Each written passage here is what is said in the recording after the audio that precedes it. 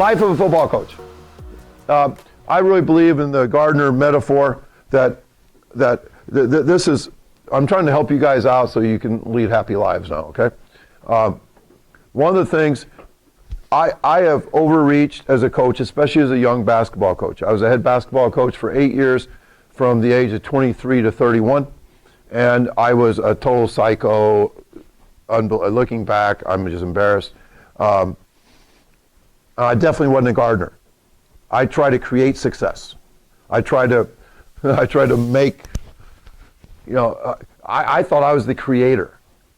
Now I see myself as a gardener. What does that mean? That means you work the soil, you find the best seed you can find, best athletes. You pray for water and rain and sunlight, and you fertilize with tons of bullshit, and then you accept the results of the garden. And then at the end of the season, it all dies. You plow it up, and you can't wait till the next season. What this does is it removes the idea that somehow when you lose, it's because your team didn't have enough courage, enough manliness, enough toughness, enough conditioning, that your coaches weren't out-coached. It removes all that stuff. Josh Redefining said, throw the goals out. Be on a mission every day. Be on a mission. And then surrender to the results. Wow, that's not the football coach's wheelhouse at all.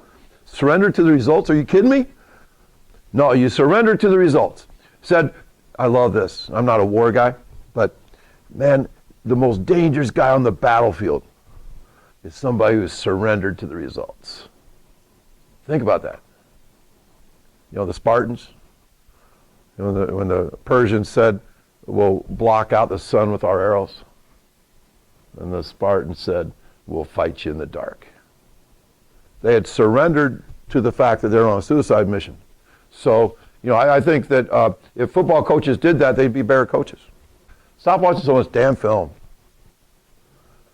I have witnessed football coaches, staffs that I think when you add every coach and their film stuff up, it's over 100 hours of film.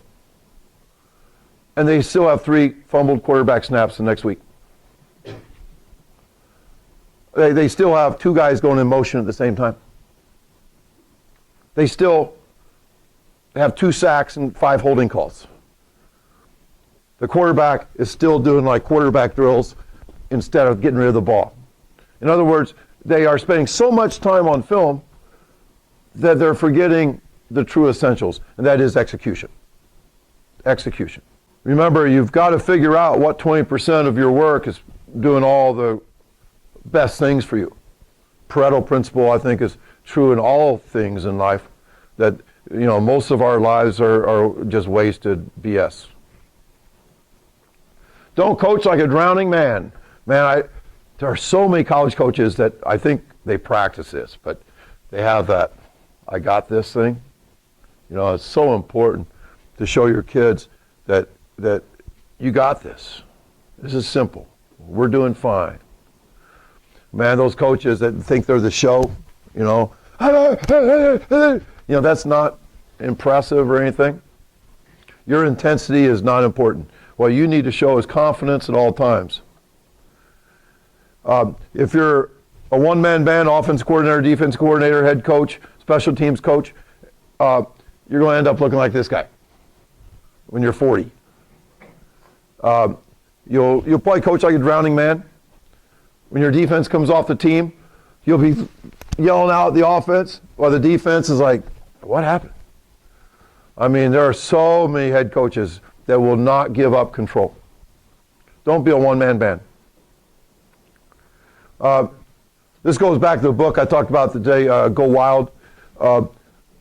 Seriously, a lack of sleep changes your brain.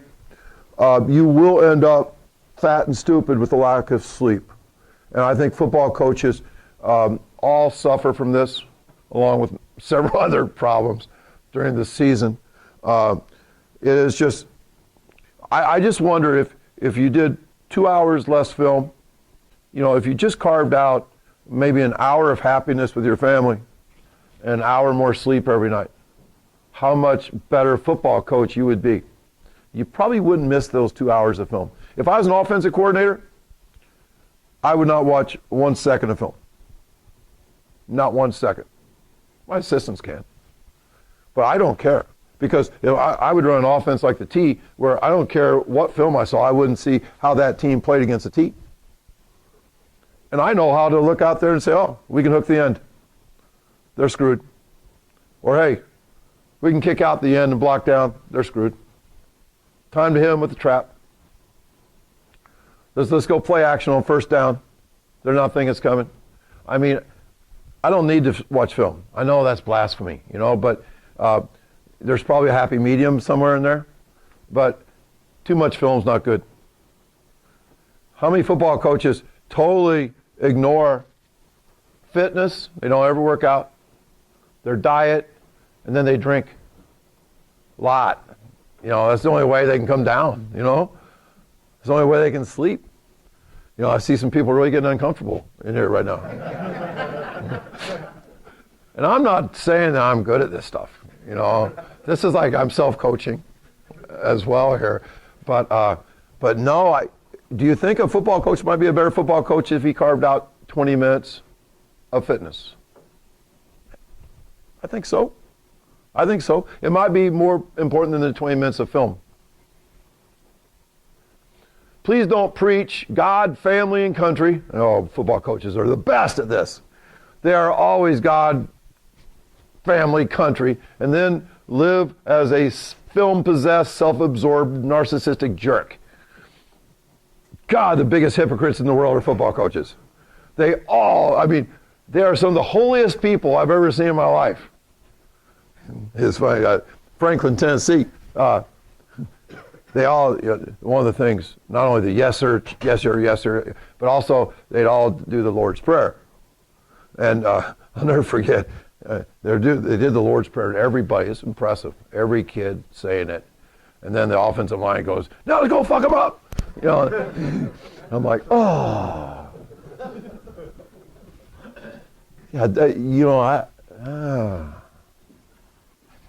random email I got from a coach in Florida last week.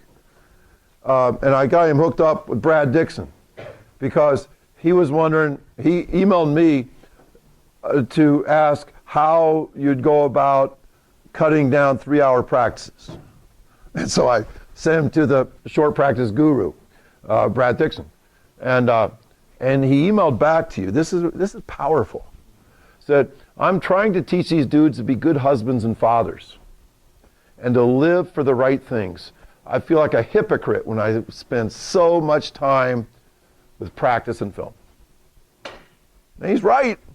He's right. We all have to figure out a way to cut out the non-essentials and be a better person and be a better dad. And you realize that Coach Mawson P, you hear what he does? Anybody heard of this guy? Pretty cool stuff. Correct me if I'm wrong, but he literally pays for babysitters for his staff on Wednesday nights, so his coaches can take their wife out. Think about that. It's a requirement. It's a requirement. They have to do it. Yeah, it's not a choice. They have to take their wives out. Coach Stoops at Oklahoma banned coaches from the office before 9 a.m. He wanted his coaches cooking breakfast for their kids and taking them to school. That's living, that's walking the walk, guys. And I think you can still be a great football coach and do those types of things. Going back to Dan Casey.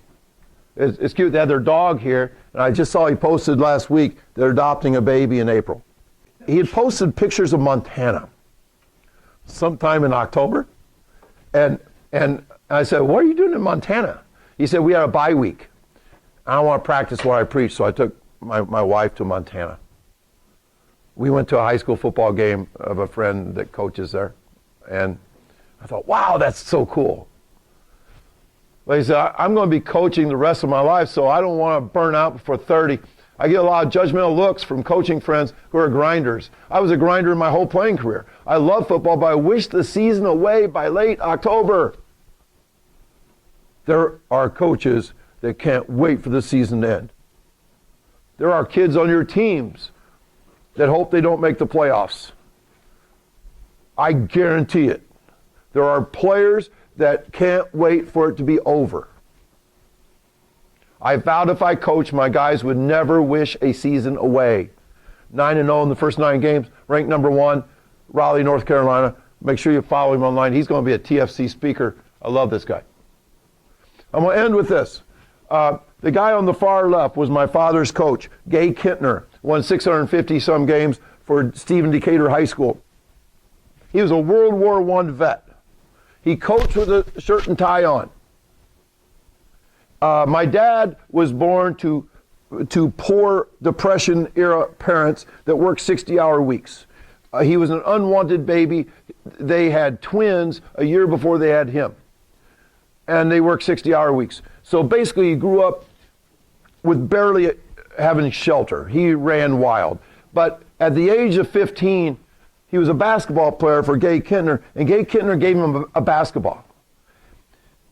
And he said, wear it out. You're going to be one of my great ones, Holler.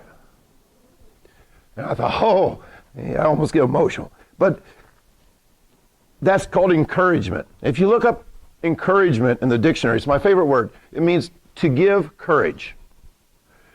He gave my father courage. And he went on to coach 47 years of basketball. Between us up there, that's 117 years of coaching. That's a lot of encouraging. In a weird twist, Gay Kintner died on the bench on February 15th, 1960. He died on the bench. And this picture was taken of my dad in 1958 at the age of 22 when he just got the head basketball job at Gridley High School. Tiny, tiny school in Illinois. His first job. By the way, 44 out of his 47 years, he was a head basketball coach. So he is a real deal. I turned 1 on the day of Gay Kintner's funeral in 1960. February 18th, 1960. And I think what this tells me is that we have a legacy. We have a legacy. Through our encouragement, we change lives. There's no question. I mean, my dad used to always say he wanted to die on the bench. There's no question in my mind that he coached for 47 years because of that guy. I coached 38 because of that guy, probably. So, anyway, we got to remember this is an emotional thing that we do because we change lives. So, you don't have to go for it on 4th down, and you don't have to, go for 2 every time. But damn it, keep encouraging kids. Thank you so much for listening.